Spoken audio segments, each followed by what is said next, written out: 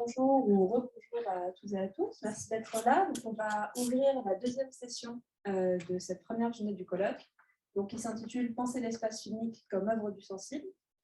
Cette seconde partie se compose de deux panels. Le premier, de la géohistoire au territoire chimique, et on aura un avant-propos d'Antoine Gaudin, dont vous avez déjà entendu un petit peu parler aujourd'hui à plusieurs reprises. Donc, Antoine Gaudin est maître de conférence en études cinématographiques et audiovisuelles à l'université Paris 3 Sorbonne Nouvelle et chercheur à l'Institut de recherche sur le cinéma et l'audiovisuel. Il a publié en outre l'espace cinématographique, esthétique et dramaturgie, que vous avez juste derrière vous, et un ouvrage en codirection, représentation des limites des corps sexuels dans le cinéma et l'audiovisuel contemporain.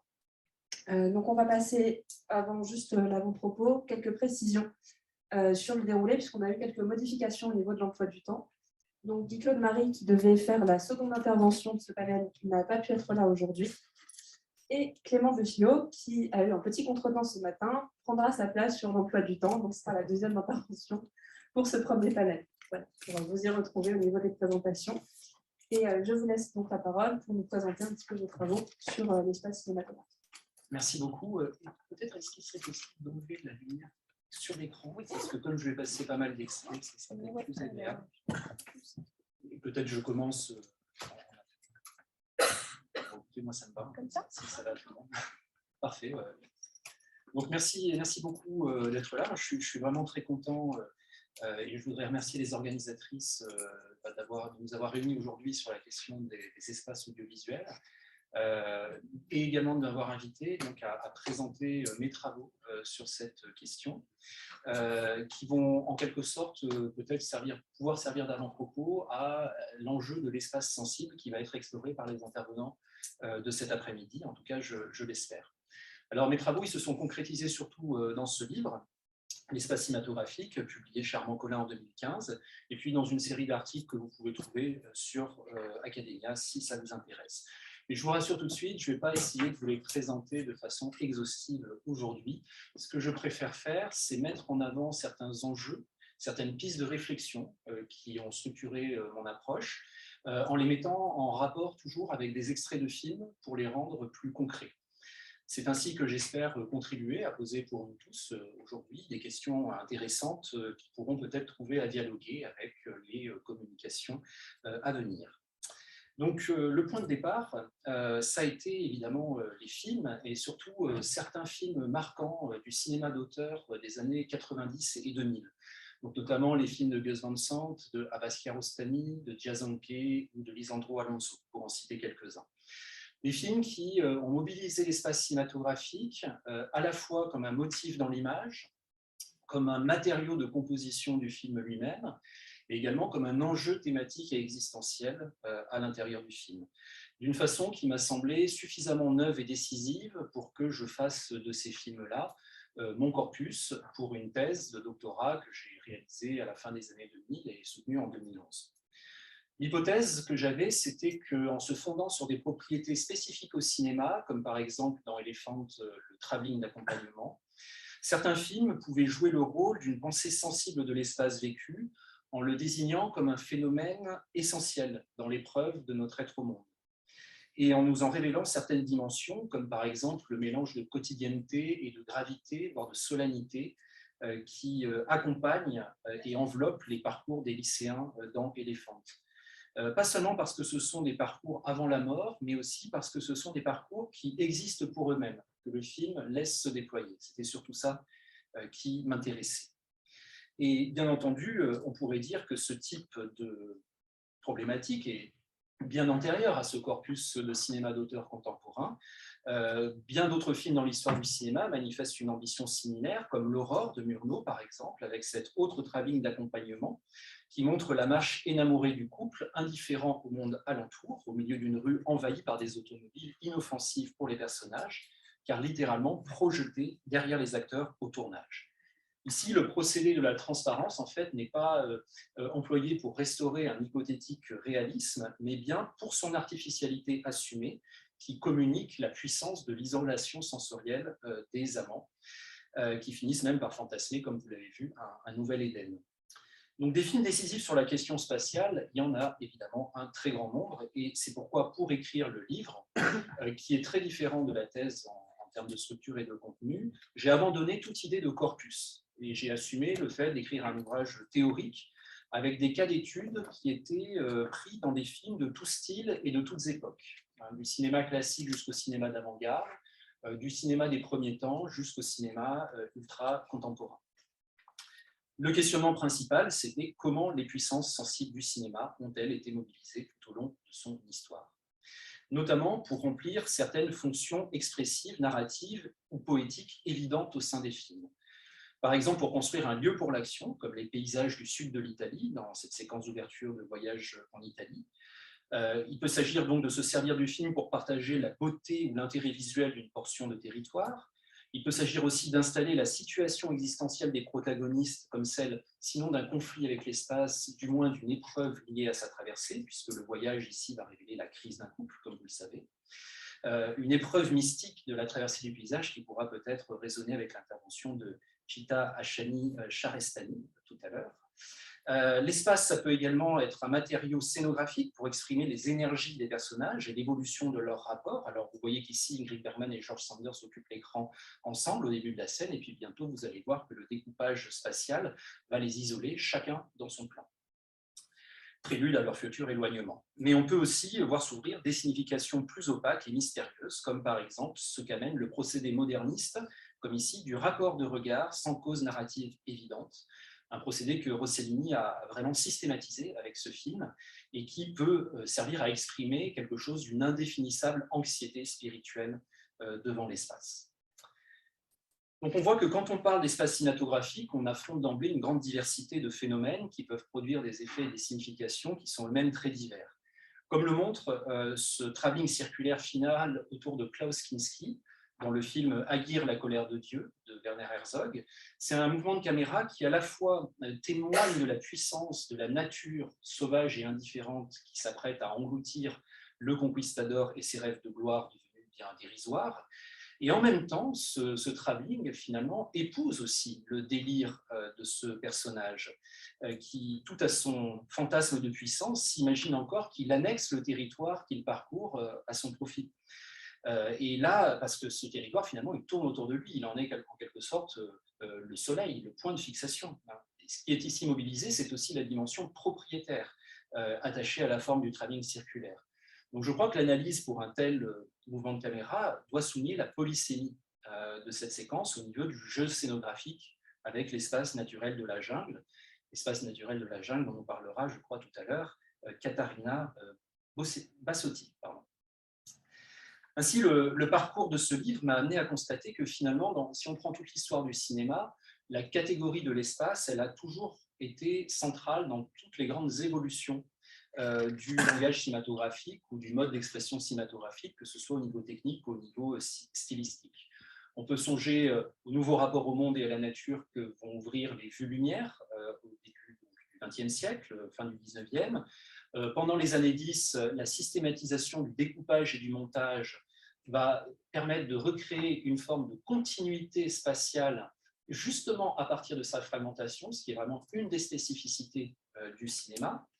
On peut penser aussi aux expériences stylistiques extrêmes dans l'avant-garde des théories, enfin de l'avant-garde du cinéma français des années 20, comme dans cet extrait célèbre de La Roue d'Abel Gans, qui invente un espace d'action extrêmement fragmenté par des plans très rapprochés et très courts sur un train dont la vitesse s'emballe. Ce qui compte finalement, c'est plutôt les éclats rythmiques de l'action plutôt que sa cohérence géographique. On peut penser aussi à l'arrivée du parlant et à tous les problèmes nouveaux que le son va poser dans la mise en scène de l'espace. Comment est-ce qu'on figure un lieu, par exemple, à travers le son. On peut penser aux grands genres du cinéma comme le western ou aux grands courants du cinéma comme l'expressionnisme, qui se définissent essentiellement par un rapport singulier à l'espace. On peut penser aux innovations technologiques autour des mouvements de caméra, depuis la dolly jusqu'au drone, en passant par le Steadicam, mais également aux innovations technologiques au niveau des formats de l'image et de la profondeur du champ. Deux enjeux à la fois techniques et esthétiques qui sont mobilisés dans Playtime de Jacques Tati pour exprimer quelque chose du vertige de l'architecture moderne. Dans ce plan très radical, on voit un personnage qui va parcourir l'ensemble de ce très grand couloir que vous voyez en arrière-plan.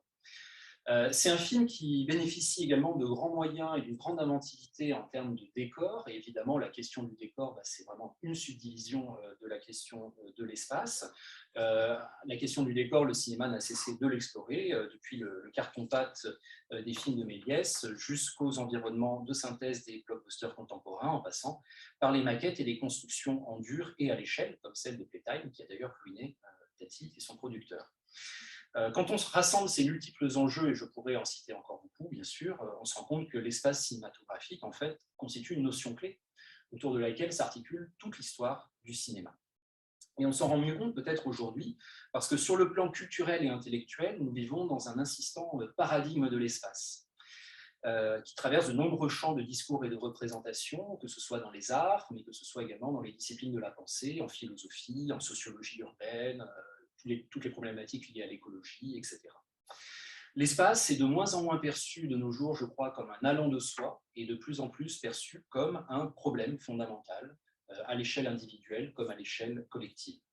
Et dans ce processus, le cinéma a un rôle très important à jouer, mais je crois qu'en fait, ce rôle, le cinéma le joue depuis 125 ans. Parce que s'il est né et s'il s'est développé, c'est peut-être au moins en partie pour répondre aux besoins d'une représentation de l'espace accordée à la vie moderne. Une représentation de l'espace accordée à la vie urbaine, à la technologie, au transport, le mouvement, la vitesse, le rythme visuel, la succession des images, l'enchaînement rapide des points de vue.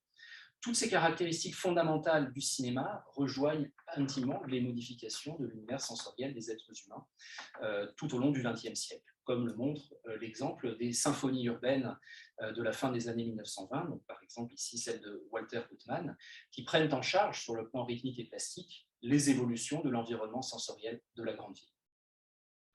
Alors, dans le domaine des études cinématographiques, des thématiques liées à l'espace ont fait l'objet de nombreuses publications, notamment depuis les années 2000, notamment des thématiques autour de la question de la ville et de la question du paysage. C'est l'occasion de préciser que le terme espace, évidemment, au cinéma, il peut désigner énormément de choses. On peut parler d'espace pour désigner un paysage recueilli en extérieur naturel, comme un décor artificiel construit en studio pour le film. On peut parler d'espace pour désigner un lieu fictionnel qui est supposé plein et entier dans l'esprit des spectateurs, comme on peut, au contraire, insister sur le découpage et la fragmentation par le cadre et par le montage de cet espace. Donc, l'ambition derrière ce livre pour maîtriser cette polysémie, ça a été finalement de tout réunir en posant la question de l'espace en tant qu'élément fondamental de la composition de l'image filmique. En comparaison, le paysage, c'est déjà une interprétation particulière de ce matériau espace, orienté vers l'agrément, la contemplation.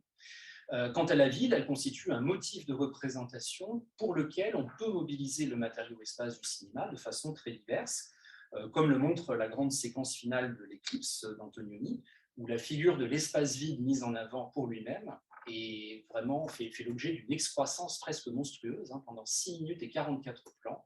La fin de ce film nous montre cette banlieue résidentielle de Rome où les deux héros incarnés par Monica Vitti et Alain Delon s'étaient donné rendez-vous. Au final, ni l'un ni l'autre ne vient et nous ne savons pas pourquoi. Le film ne fournit aucune explication.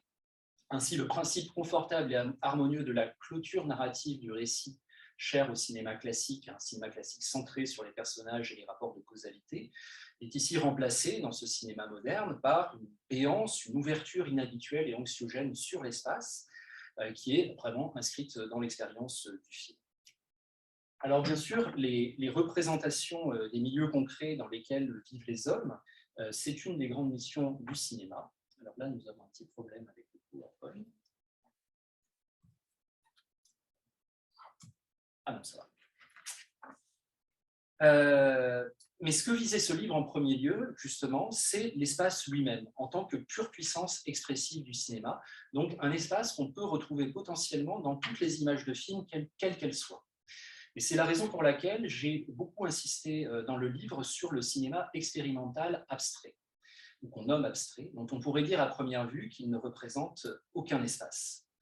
En effet, ce sont les expériences limites des films non figuratifs qui, je crois, nous font sentir le plus clairement l'impression primordiale de l'espace que le cinéma déclenche en nous par le seul mouvement de ces images, indépendamment de la reconnaissance d'un monde semblable au nôtre, supposé semblable au nôtre, en tout cas de l'autre côté de l'écran.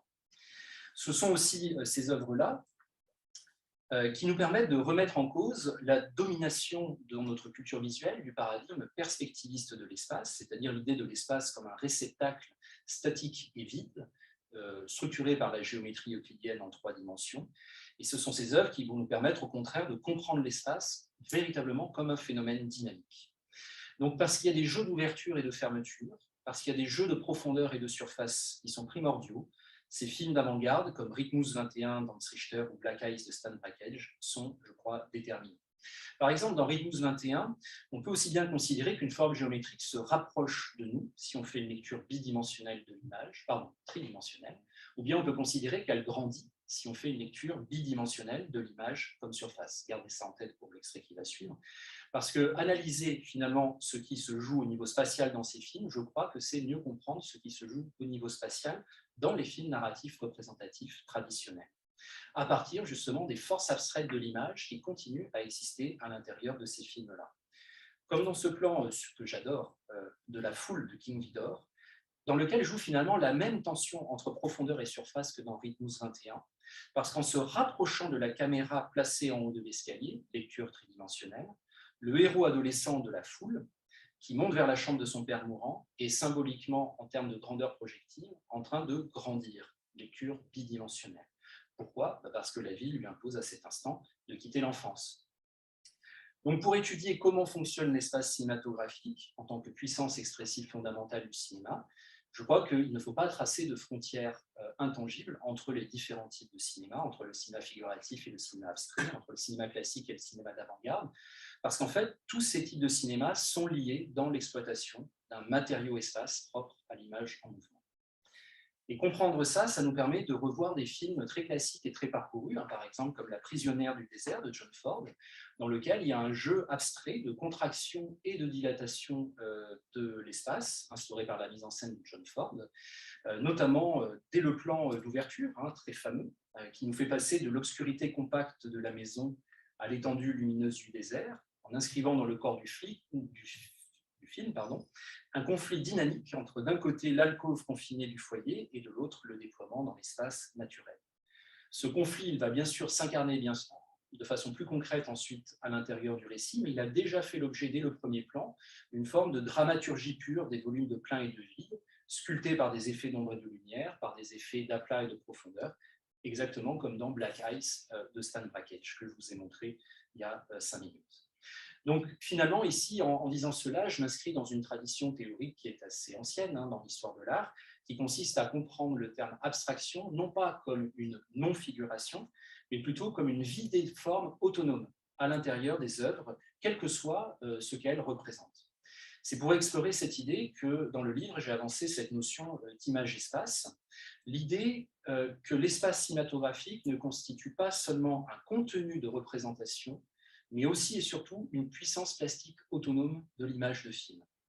Donc ce qui compte, ce n'est pas la notion optique perspectiviste de l'espace représenté qu'on peut retrouver aussi bien au cinéma que dans les autres arts visuels, comme la peinture ou la photographie. Et cette image-là arrêtée, ça pourrait très bien être un tableau de peinture ou une photographie. Mais ce qui compte, c'est le mouvement qui nous a amenés à cette image dans le film de John Ford, c'est-à-dire l'espace cinéplastique et rythmique qui est propre au cinéma, cette espèce de jeu mouvant de volume qui engage notre corps de spectateur de façon charnelle. Et j'insiste beaucoup dans le livre sur l'idée que le spectateur de cinéma ne regarde pas seulement le film avec ses yeux, mais qu'il s'y confronte avec tout son corps. Car tout est souvent une question de corps dans le cinéma figuratif, comme nous rappellera sans doute Clément Bechillot dans sa communication.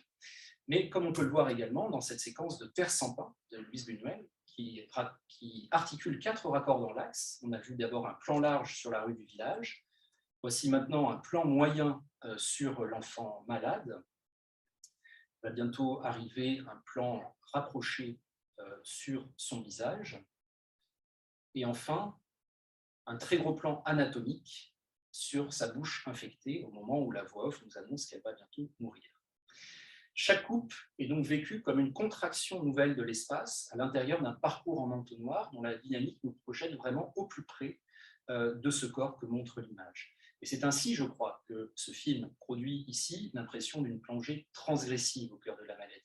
Ce n'est pas seulement parce qu'on s'arrête sur ce dernier plan, ce très gros plan sur la bouche infectée, c'est parce que ce très gros plan arrive à la fin d'un parcours en 4 étapes, qui est un parcours de contraction successive.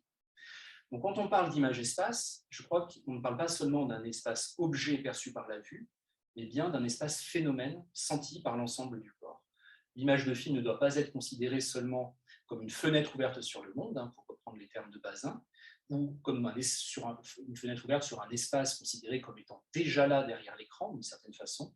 Elle doit être également perçue, cette image de film, comme une matière rythmique abstraite, une sorte de diaphragme, si vous voulez, dans lequel s'inscrivent en permanence des rapports spatiaux évolutifs de contraction et de dilatation. Cette dramaturgie évolutive des volumes de plein et de vide inscrits dans le corps abstrait du film, c'est ce que j'appelle image-espace, nous l'éprouvons alors même que nous suivons le récit et que nous comprenons ce qui arrive au personnage.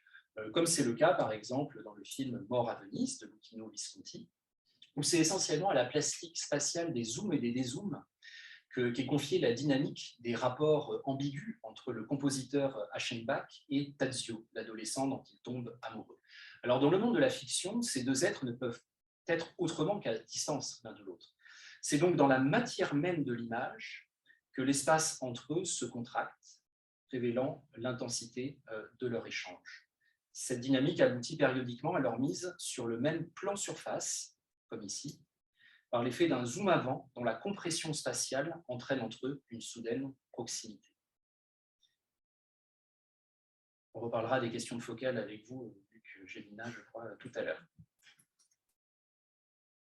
Ce qui est certain, c'est que si on suit ce concept que je propose d'image-espace, ça n'incite pas à étudier les images de film comme des images arrêtées, figées, de la même manière qu'on étudierait des tableaux ou des images photographiques.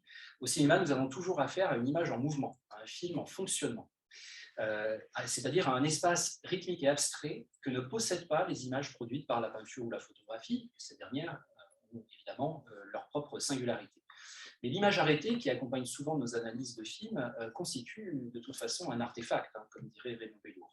Et comme le montre la fameuse séquence de la monteuse dans L'homme à la caméra de Dziga Vertov, qui, en confrontant le photogramme à l'image animée, illustre par anticipation, en 1929, certaines des observations qui seront faites 20 ou 30 ans plus tard par l'école de filmologie, et que Jean Mitry résume de cette façon, là je vous le cite: dans les images mises en mouvement, ce ne sont pas seulement les figures, mais c'est également l'espace représenté qui prend vie. Une sensation vibrante de relief supplée alors le volume irréel d'une simple perspective plane propre à l'image arrêtée.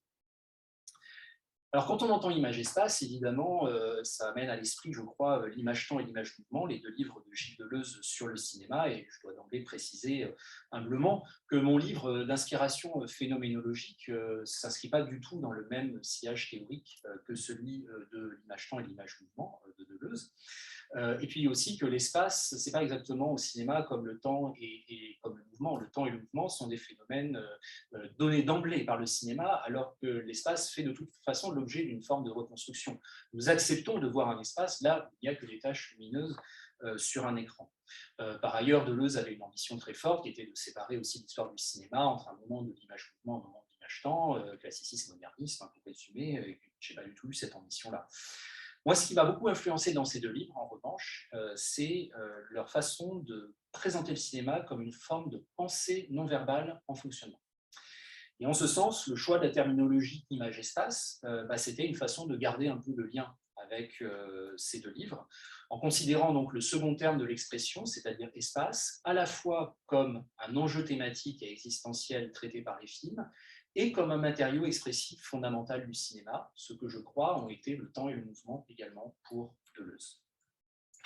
Mais à part Deleuze, en fait, beaucoup d'autres auteurs ont été importants pour ma réflexion, alors notamment des philosophes, dont il a déjà été un peu question ce matin dans les interventions, comme Merleau-Ponty ou Henri Maldinet ou Yann Patočka, mais également des prédécesseurs sur la thématique espace et cinéma, auxquels il faut rendre hommage, alors notamment Élie Faure pour son concept de ciné plastique, terme que je réemploie, Jean Mitry, Éric Romer, Henri Agel ou André Gardy, qui n'est pas là aujourd'hui, mais voilà, qui a livré une contribution importante. Moi, je voudrais juste vous donner un exemple, celui de Rudolf Arnheim, qui a écrit un livre en 1932 qui s'intitule « Le cinéma est un art », et je voudrais vous lire une citation assez longue de Rudolf Arnheim, tout en vous montrant le premier plan du film Rosetta, des frères Dardenne en 1999, donc un film qui date de 67 ans après la citation que je vous lis et qui n'apparaît pas.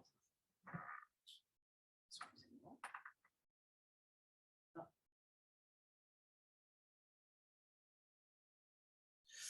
Bien.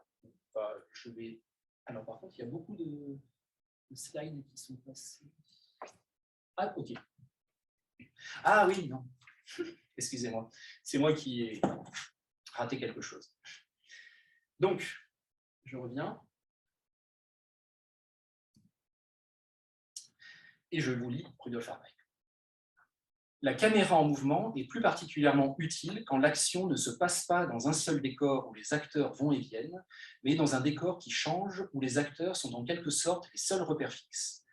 La caméra peut suivre le personnage principal à travers les pièces d'une maison, descendre les escaliers, aller dans la rue, et la silhouette de l'acteur reste toujours à l'image, tandis que ceux qui l'entourent passent comme un panorama en perpétuel changement.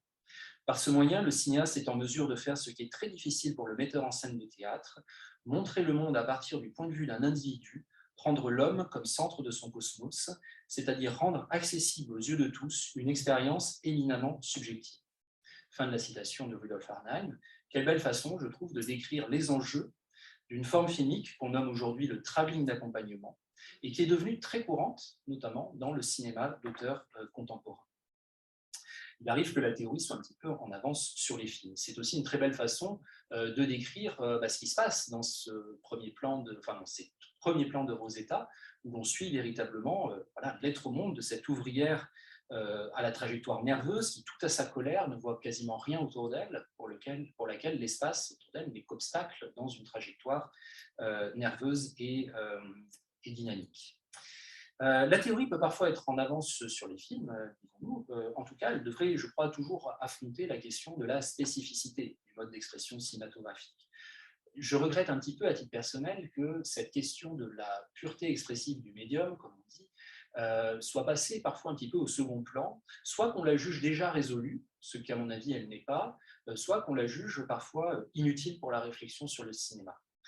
Et cette question, à mon avis, ce sont les films qui nous appellent à la remettre sur l'établi en permanence, parce que les films nous sollicitent, alors par exemple ici sur le plan spatial, de façon souvent mystérieuse, souvent difficile à verbaliser. Dans le cinéma contemporain, par exemple, un film comme Still Life de Jason Kay, réalisé en 2007, me semble un très bon exemple. C'est un film qui fait surgir énormément de questions et on se rend compte qu'on n'a pas toujours le vocabulaire théorique, je dirais, pour le décrire. Et bien sûr, on peut convoquer un vocabulaire existant. Par exemple, on peut faire de Jason Kay une sorte de cinéaste néo-réaliste contemporain. On peut reprendre ce que Bazin disait du cinéma néo-réaliste et ça fonctionne dans une certaine mesure.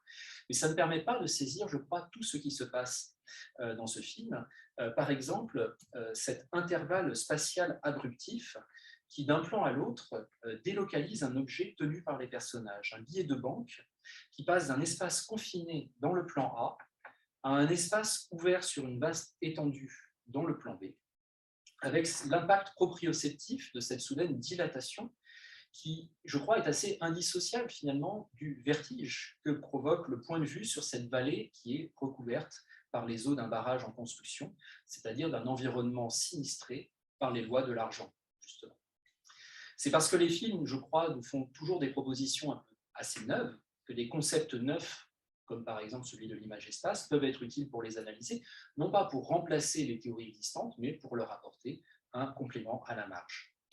De toute façon, une théorie neuve, elle est toujours faite pour dialoguer, je crois, avec les anciennes, sur lesquelles elle s'est fondée pour se constituer elle-même. Donc, si par exemple je manifeste l'idée qu'il faut essayer de dépasser la conception, je dirais, optique, perspectiviste, statique de l'espace, qui est un peu ancrée dans notre culture visuelle, évidemment, je ne prétends pas du tout être le premier à faire cette proposition. Par exemple, certains cinéastes qui ont laissé des écrits, comme Kuleshov, Eisenstein ou Robert Bresson, ont déjà beaucoup insisté là-dessus, sur le caractère bidimensionnel de l'image qu'il faut savoir exploiter. Moi, ce que j'ai essayé de faire de mon côté, c'était vraiment de mettre en lumière la notion primordiale que seul le cinéma, en fonction de ses caractéristiques propres, nous donne à vivre.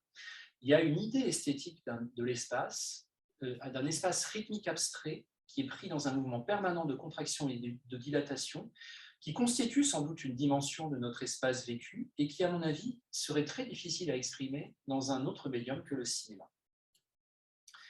Alors, je me concentre aujourd'hui sur les images, mais évidemment, il faut quand même le dire, même si cette conférence se déroule sans le son des films, l'espace cinématographique, c'est toujours, comme celui de la perception naturelle, un espace pleinement audiovisuel. C'est un phénomène dans lequel les sons jouent un rôle absolument fondamental. C'est pour ça que dans le livre, même si je n'en parle pas trop aujourd'hui, la question sonore occupe un chapitre entier, et on va faire bientôt aussi un colloque sur les espaces sonores au cinéma, auquel vous pouvez proposer des communications jusqu'au 30 novembre, je le précise en passant. Donc l'espace cinématographique, voilà, c'est vraiment un espace, je crois, audiovisuel dans le sens plein du terme, avec audio, en insistant bien sur audio. Mais ce que j'ai essayé de faire aussi dans le livre, c'est proposer un modèle un peu le plus complet que je pouvais, en tout cas, pour l'analyse de l'espace au cinéma, ce qui était l'occasion de parler de certaines formes filmiques directement impliquées dans la production de la sensation de l'espace. Par exemple, comme dans cette fameuse scène de Un été avec Monica d'Ingmar Bergman, déjà il y a le hors-champ, qui laisse le personnage masculin, dont on voit les mains ici, en dehors du cadre quasiment tout le long. Et pour cause, il n'est pas important pour lui-même. La seule chose importante, c'est la fonction qu'il occupe dans le récit, c'est-à-dire d'être l'amant de Monica, de permettre à cette dernière de tromper son mari et ainsi de quitter sa vie étriquée. Il y a bien sûr le mouvement de caméra que vous venez de voir, qui va resserrer l'attention spectatorielle sur la protagoniste. Le gros plan, qui l'abstrait et l'isole de son environnement, et qui, pour reprendre les termes de Béla Balázs, va faire de son visage un véritable paysage. Et bien sûr, c'est la raison pour laquelle cette séquence est célèbre, le regard à la caméra, procédé centripète qui brise le quatrième mur de la représentation, qui semble jaillir vers nous, et qui nous fait sentir, à nous spectateurs d'ordinaire, voyeurs tapis dans l'ombre, soudain débusqués ici, qui nous fait sentir l'espace concret de la salle dans laquelle nous nous tenons. C'était aussi l'occasion de proposer ce modèle analytique de l'espace au cinéma, c'était l'occasion de parler des grands styles de l'histoire du cinéma. Alors, classicisme, modernisme, postmodernisme, et puis ce style qu'on pourrait appeler expérimental moderne, qu'on retrouve par exemple dans les films de Jonas Mekas, ou de cinéastes qui, en fait, en filmant l'espace du monde autour d'eux, c'est-à-dire un espace concret, cette fois, ont complètement fait voler en éclats l'espace clair et distinct, rationnel, continu du cinéma classique, en mettant notamment en avant tous les effets que ce cinéma classique, en général, interdit. Par exemple, le tremblé du cadre, les flous, le montage accéléré. Donc, en travaillant plutôt sur une esthétique du chaos, sur des courts fragments, des visions brutes, qui sont exploités dans la construction d'une cosmogonie intrinsèquement subjective, sur laquelle le film va ouvrir notre sensibilité en se présentant lui-même comme un système perceptif nouveau. C'était l'occasion, enfin, de revenir, proposer ce modèle analytique sur l'espace en tant qu'enjeu existentiel et thématique dans les films.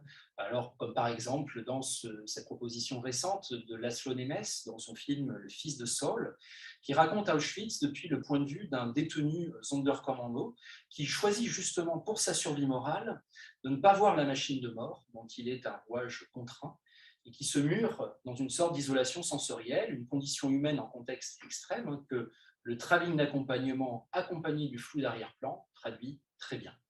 Et on comprend que le sujet du film, et dès le premier plan que je vous montre ici, le sujet du film, ce n'est pas Auschwitz en tant que fait historique, c'est le rapport de cet homme-là à ce monde-là. Que reste-t-il d'un homme qui vit cet enfer au quotidien? Comment peut-il habiter un tel espace? Il s'agit donc toujours de relier la question de l'espace comme matériau fondamental de l'image filmique à celle de l'espace comme enjeu thématique et philosophique traité par le film. Et donc, si peut-être il existe ce qu'on pourrait appeler un cinéma de l'image-espace, ce serait celui-là, c'est-à-dire un cinéma qui fait naître une pensée sensible du problème que constitue l'espace dans nos vies, à partir des spécificités de la matière expressive du cinéma. On retrouve ici un autre grand questionnement contemporain sur lequel je vais conclure, c'est celui des rapports entre cinéma et philosophie. Et dans le livre, ce que j'ai proposé, c'est d'aborder cette relation cinéma-philosophie sous deux angles distincts. D'abord, l'angle de l'ontologie de l'image de film, et d'autre part, l'angle de l'esthétique du cinéma. Donc, d'une part, pardon, il ne faut pas que je le lance tout de suite, au niveau ontologique, il s'agissait de rendre compte de la portée phénoménologique du cinéma vis-à-vis de notre espace vécu. Le cinéma et l'art qui, par la nature et la dynamique de ces images, rejoint sans doute le mieux la démarche de réduction phénoménologique qui consiste à accompagner l'espace dans son apparaître, à le révéler comme un phénomène proprioceptif puissant et bouleversant en lui-même, à rebours de nos habitudes perceptives qui nous conduisent à penser au contraire que l'espace va de soi et à ne pas lui prêter attention. Cette puissance de cinéma, elle se manifeste dans énormément de films, bien sûr, mais particulièrement, par exemple, dans cette ouverture de Jerry de Gus Van Sant, avec l'apparition, vous l'avez remarqué, un peu retardée par l'écran bleu monochrome, de ce long plan large et silencieux qui suit une voiture sur une route désertique et dont la puissance sensorielle est très grande, notamment grâce au son et à la musique d'Arvopar. Et puis donc d'autre part, comme je vous disais, au niveau esthétique, je voulais proposer une approche phénoménologique de l'espace filmique, c'est-à-dire essayer de rendre compte de l'expérience que fait un spectateur de cinéma en tant qu'il engage son corps au sein d'un espace spécifique. Un espace cadré, un espace en mouvement et un espace découpé et monté.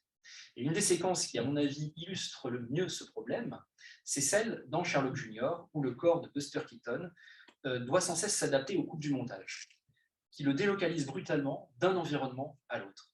Et je crois qu'on a là, en fait, un magnifique extrait théorique, une parfaite représentation symbolique et incarnée de la situation spatiale d'un spectateur de film dont le corps est toujours affecté par le petit trauma spatial des coupes du montage, plus ou moins, bien sûr, selon que le film cherche à atténuer ce petit trauma par des solutions de continuité, ou au contraire qu'il cherche à l'accentuer par des solutions de discontinuité, pour vraiment faire sentir l'intervalle spatial entre les images, qui est, je crois, quelque chose qu'a bien fait ici Buster Keaton.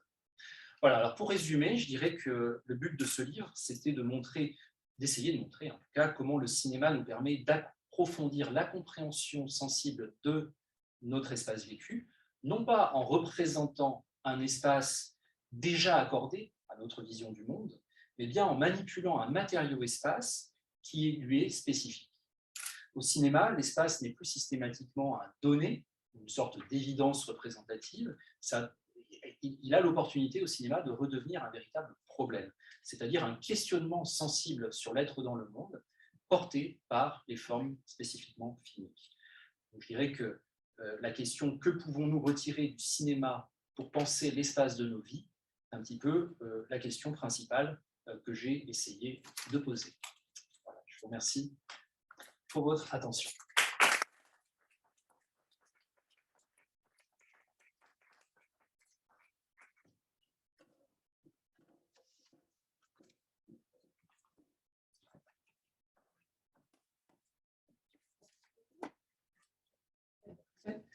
Est-ce qu'il y a des questions déjà un petit peu dans la salle? Pas encore. Alors, moi, oui, pardon. D'abord, bravo pour cet exposé très minutieux sur l'espace qui me rejoint beaucoup.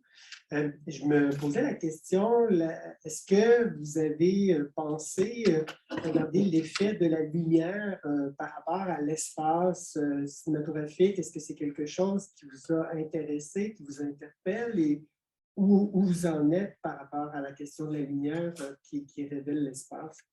Merci.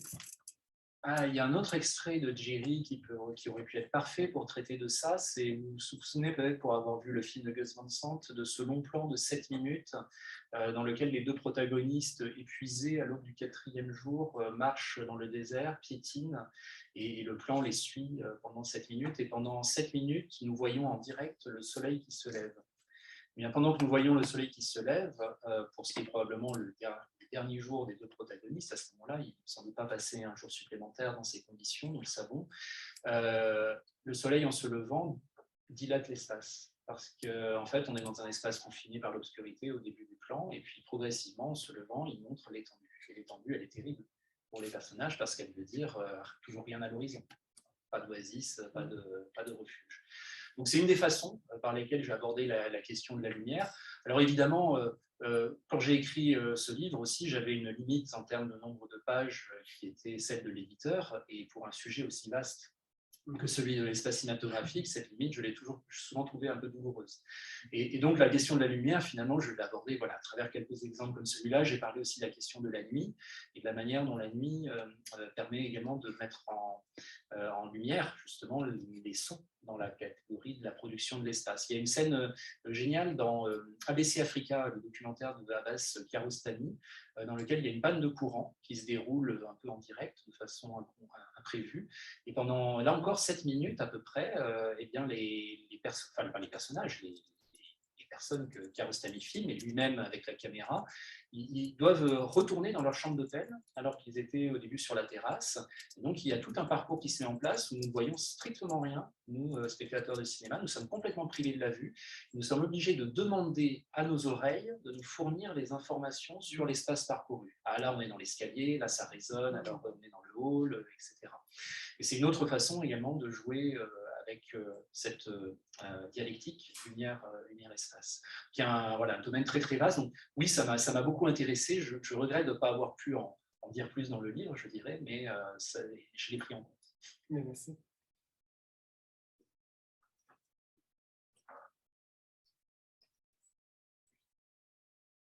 Salut, d'abord merci pour la présentation, c'était passionnant. Alors, vous avez parlé du travail d'accompagnement et de comment ça peut, ça peut nous montrer vraiment l'être au monde d'un personnage au niveau plus subjectif, plus individuel, surtout dans un cinéma contemporain d'auteur, etc. Et je me demandais, moi, en fait, j'ai Bacurau de Claude Emmanuel Safi en tête, et comment, en fait, au bout d'un moment, le personnage devient, on commence avec un personnage toute seule, et après, le personnage devient la ville. Et là, je me demandais sur des stratégies esthétiques, justement, de rendre sensible l'expérience d'une collectivité. Ah, c'est une vaste question. Là, je crois qu'en fait, on touche aussi à la question des dimensions culturelles de l'espace, c'est-à-dire des significations culturelles qu'une représentation d'un espace particulier, par exemple une ville, ou un paysage naturel, peut avoir, la manière dont ça peut résonner avec l'histoire contemporaine des hommes, avec un certain état du monde. Moi, je suis un petit peu sceptique sur, je dirais, les approches qui veulent faire de la ville un personnage. Parfois, c'est quelque chose qu'on peut entendre. Je ne dis pas que c'est ce que vous avez dit. Dans un sens, la population d'une ville, oui, d'accord. Ah, ouais. Oui, je trouve qu'en fait, souvent, les lieux, par exemple, la ville ou l'hôtel Overlook dans Shining, dont on a parlé ce matin, sont clairement des actants dans le récit. Je doute qu'on puisse en faire véritablement des personnages. Cela étant, Bacurau est un cas un petit peu particulier, parce qu'il y a une forme d'incarnation de la ville à travers sa population. Alors, les souvenirs de ce film, pourtant pas très anciens, sont un peu lointains dans mon esprit, je vous avoue, pour en développer davantage. Mais je trouve que la question est très intéressante. Merci, merci d'avoir posé. Peut-être qu'on peut la laisser un peu, je la laisserai un petit peu ouverte, ne pouvant en dire des choses plus précises.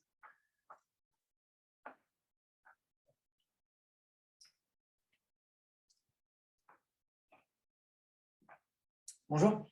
J'étais en train de réfléchir à la notion au procédé du travelling d'accompagnement dans le cinéma postmoderne. Et je je pensais aussi au travelling chez Wes Anderson, qui est très rectiligne et justement un peu à l'opposé d'une image centripète et d'une dynamique un peu d'immersion. Et je me demandais un peu si vous aviez fait un travail sur justement le rapport à l'espace filmique avec le cinéma postmoderne. Est-ce que ça amène à une nouvelle problématisation de l'espace cinématographique? Oui, alors très clairement, en fait, il y a toute la réflexion qu'a menée David Bordwell, notamment sur le cinéma, de ce qu'il appelle la post-continuité. Alors après, il faudrait s'attendre sur ce qu'on entend par cinéma postmoderne. Est-ce que c'est par exemple les blockbusters contemporains comme Laurent Julier nous le propose dans son livre sur l'écran postmoderne, ou bien est-ce que c'est le postmodernisme au sens de Tarantino, un cinéma de la citation, etc. Mais en gros, pour parler d'un cinéma, je dirais, qui à la fois rassemble les acquis ou la liberté du cinéma moderne avec les codes du cinéma classique, on peut faire une expérience très, je trouve, parlante, c'est de comparer par exemple les deux scènes du débarquement du 6 juin 1944 sur les plages de Normandie, d'abord dans Le jour le plus long, produit par Daryl Zanuck en 1962 et qui repose vraiment sur le paradigme d'un espace classique qui centre son sujet spectateur, qui le place toujours au meilleur endroit pour bien voir l'action, avec des solutions de continuité très rationnelles dans le découpage, une caméra avec des plans larges, une caméra qui reste stable, pour vraiment qu'on voit le mieux possible l'action et qu'on la comprenne le mieux possible, pour que le spectateur ait toujours ses repères. Et puis, 35 ans plus tard, Il faut sauver le soldat Ryan, Saving Private Ryan de Steven Spielberg, qui ouvre avec la séquence du débarquement. Et là, en fait, le découpage a complètement changé. Alors, curieusement, d'une certaine façon, par rapport aux souvenirs qu'on a souvent de cette séquence, Spielberg fait des plans assez longs.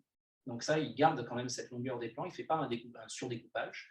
Mais en revanche, la caméra est tellement saccadée, elle est portée à l'épaule, elle est plongée dans le sable, dans l'eau, et puis on est complètement désorienté tout le temps parce qu'on est plongé dans le chaos.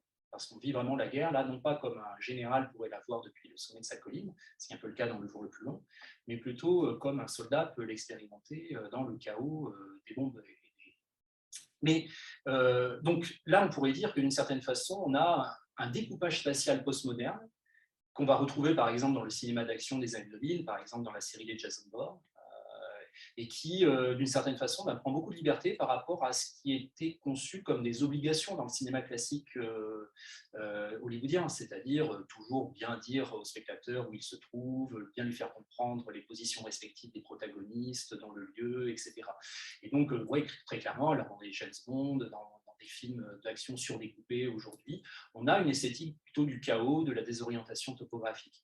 Mais on garde quand même des liens de continuité très forts. Et par exemple, si je reprends l'exemple de la scène du débarquement dans Le jour le plus long et dans Saving Private Ryan, on garde toujours quelque chose qui vraiment perdure dans les deux films et qui est essentiel, c'est le respect de la ligne des 180 degrés.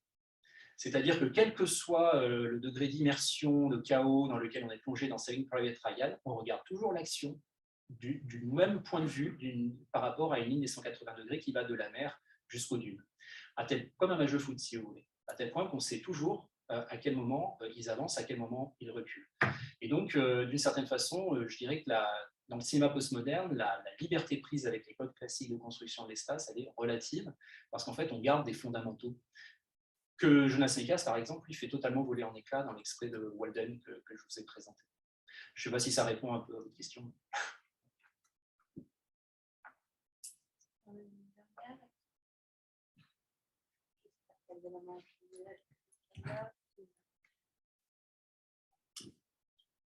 Oui, donc d'abord, je voudrais vous remercier pour vos idées, puisqu'elles m'ont donné envie de lire votre livre. Donc, c'était mon but en fait. Donc, déjà, vous m'avez gagné. Je voudrais vous poser deux petites questions qui se joignent. Donc, en fait, l'espace, c'est un sujet très universel qui passe un peu partout. Vous voyez. En fait, on peut regarder n'importe quel film et discuter de l'espace. Mais est-ce que vous pouvez mentionner au moins 2-3 réalisateurs ou films qui vous a frappé au niveau de représentation de l'espace vraiment prodigieux? Et deuxième question, quant au cinéma vraiment d'aujourd'hui, ça veut dire des années 2010-2020, est-ce que vous avez remarqué de nouvelles tendances quant à la représentation de l'espace? Qu'est-ce qui change par rapport à l'histoire du cinéma? Est-ce qu'il y a de nouvelles solutions ou de nouvelles méthodes quant à la représentation de l'espace? Merci. Merci pour ces deux questions très intéressantes et copieuses. Alors, en effet, et vous dites une chose très juste, et je pense que d'une certaine façon, la communication que je fais aujourd'hui prête le flanc un petit peu à ça, l'étude de l'espace au cinéma peut facilement devenir une tautologie. C'est-à-dire que d'une certaine façon, on pourrait dire que quasiment tout procédé de mise en scène englobe des enjeux spatiaux. Et c'est vrai, en un sens. Donc, c'est aussi pour ça que moi, j'essaye de resserrer un petit peu, je dirais, un corpus qui pourrait être absolument affiné, sur l'idée que, justement, de travailler sur des films dans lesquels je peux essayer de montrer que l'espace n'a pas seulement été, je dirais, voilà, quelque chose qui était là, avec lequel on a fait le film, mais a été un enjeu voilà, thématique et existentiel, je dirais. Et du coup, en resserrant les choses sur ces films-là, je trouve qu'on voit émerger des questions plus précises que simplement des questions de mise en scène qui englobent l'espace. Et pour répondre du coup à la question qui est un petit peu liée sur des films dont je pourrais dire ça, alors il y en a beaucoup, mais je vais en citer un simplement parce que c'est celui, je pense, qui a été l'origine de tout pour moi. C'est Elephant de Gus Van Sant. Alors que j'ai vu, avant de voir Elephant de Alan Clark, vous savez ce sont deux films qui sont basés sur le même procédé formel, hein, c'est-à-dire le travelling d'accompagnement, avec souvent, alors chez Alan Clark, il y a toujours une courte focale qui donne un aspect très dynamique aux prises de vue. Dans Elephant, ça peut être différent, il y a parfois des moments avec des courtes focales, parfois des moments flous, etc. Et dans les deux cas, on est vraiment dans cette poétique du travelling d'accompagnement qui semble sans but précis en termes narratifs, dans un premier temps en tout cas, avant qu'on comprenne qu'on va vers une fusillade,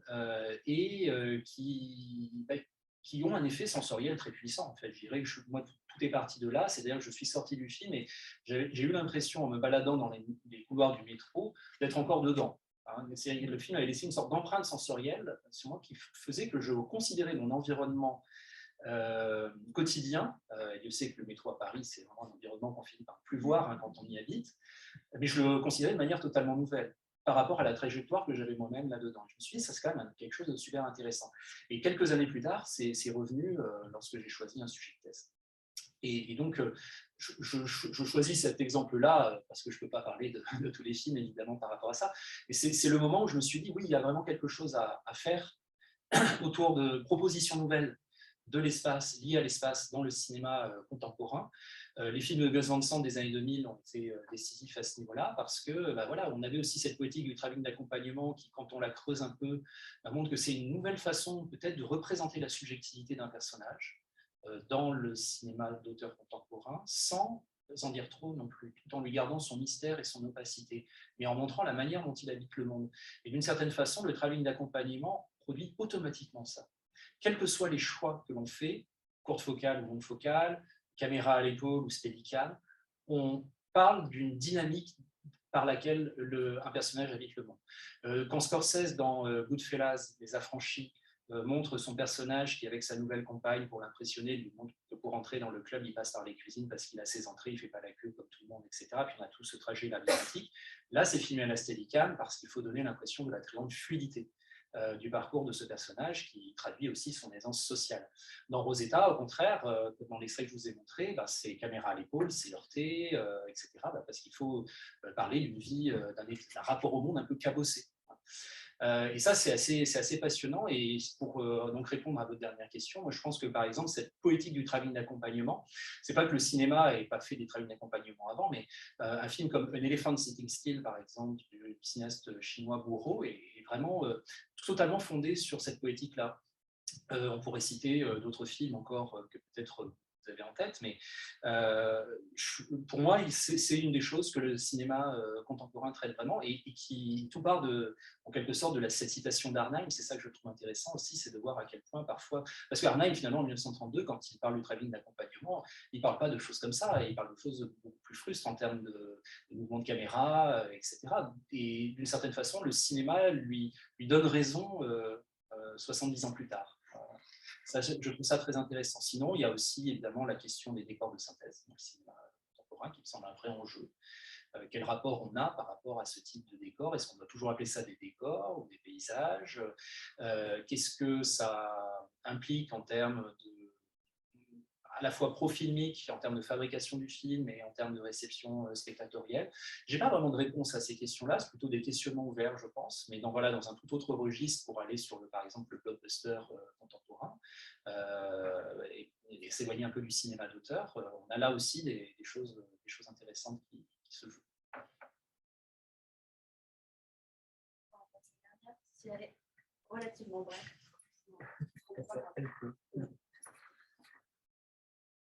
Donc, déjà, merci pour cette replongée dans cet ouvrage que j'avais pu lire au début de mes recherches pour mon travail de thèse.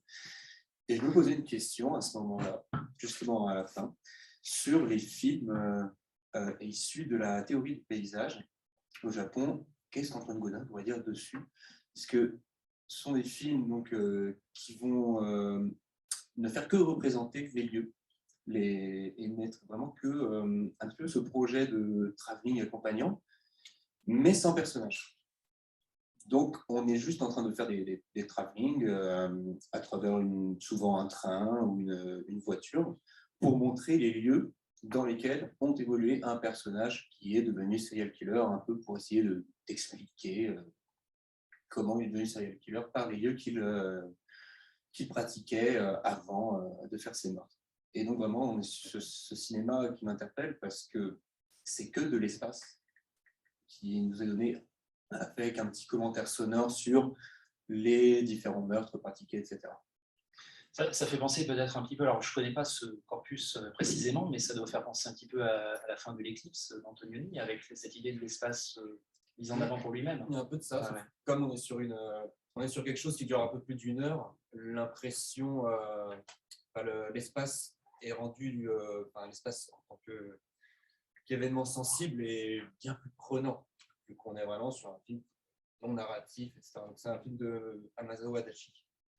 Voilà. D'accord. Oui, ça me fait penser, moi, ça évoque en moi les films de Peter Hutton, par exemple, pour ceux qui connaissent, qui sont des films muets, ou les films de James Benning également, qui sont pas muets pour le coup, mais encore une fois, des films intégralement composés en fait de paysages ou de lieux. Et alors là, c'est aussi une question très vaste. Moi, je pense qu'il y a déjà un partage du sensible, en fait, qui se met en place par le cinéma à travers ça, c'est-à-dire que le cinéma, c'est aussi du temps. Alors, c'est ce que j'aurais aimé vous dire avec l'extrait de Shoah que j'ai raté tout à l'heure dans ma conf, mais heureusement, parce qu'elle a été, du coup, j'ai un peu dépassé déjà le temps, mais que finalement, en fait, on parle toujours d'un espace-temps au cinéma, jamais d'un espace pur, puisqu'on est toujours dans le défilement des images, et qu'il y a, à mon avis, lorsqu'il n'y a pas de cause narrative, c'est-à-dire qu'on n'est pas avec un plan parce qu'il y a des personnages qui ont un dialogue, qui ont une scène, une action, etc. Donc il n'y a pas cette espèce d'utilitarisme de la narration, et on est donc face à des plans qui durent sur un espace et qui durent un certain temps. Et ce temps auquel on est exposé, nous, spectateurs, peut faire surgir des choses de cet espace. Moi, je dirais que c'est ça peut-être déjà l'enjeu. C'est-à-dire que plus on regarde une image et plus le hors-champ prend de la place, plus on est sensible à certains éléments qu'on n'avait peut-être pas vus les 10 premières secondes, mais qu'on va voir au bout de la 30e seconde ou la 40e seconde, parce que justement, on trouve le temps un peu long. Et puis, il y a aussi peut-être, parfois, il faut savoir dire des choses un peu simples et évidentes. On partage du sensible, une sensibilité paysagère aussi. Le paysage n'a pas d'existence en soi. Le paysage, c'est un regard qu'on porte sur une portion de territoire. Et ce qui est intéressant avec le cinéma, mais c'est aussi là pour le coup le cas de la peinture ou de la photographie, le cinéma, il rajoute le temps, c'est que le cinéma va appliquer deux regards paysagers concomitants sur une portion de territoire. Le regard spectatoriel, bien sûr, parce qu'on considère comme étant du paysage certaines représentations de lieux et pas d'autres, en raison de certains codes culturels, et puis le regard de la caméra, qui peut paysagérifier une portion d'espace, c'est-à-dire qu'en fonction du cadre qu'on emploie, de la hauteur éventuellement, de l'aspect surplomb blanc, de l'échelle de prise de vue, etc., quelque chose qui n'aurait pas été pour nous de l'ordre du paysage devient d'un seul coup un paysage. On parlait du désert rouge d'Antonioni ce matin. Moi, je pense qu'il y a certaines images de ce film qui présentent des paysages, je parle du début dans la zone industrielle, qui présentent ce qu'on pourrait appeler des paysages modernes industriels. Et on a un sentiment de paysage parce que l'image le produit, avec la profondeur de champ, avec la composition, avec quelque chose de très travaillé. Alors, je ne sais pas si c'est le cas également dans le film que tu citais, mais disons que sans l'avoir vu, en tout cas, c'est comme ça que j'ai vraiment parlé. C'est un espèce de mouvement constant en fait, qui se fait, donc on n'a pas le temps de vraiment créer ce rapport au hors-champ, etc. Mais là, ça me fait penser à ce film, je ne retrouve pas le nom, avec ce plan fixe. Ce plan fixe avec les fenêtres qui s'allument, un film célèbre expérimental, un plan fixe très long. En fait, on voit les fenêtres qui s'allument petit à petit, le soleil se lève, et ce qui nous permet de rendre sensible le passage du temps via justement ce moment où on filme l'espace qui évolue très lentement, un petit peu. Voilà, merci en tout cas. Merci à toi. Merci.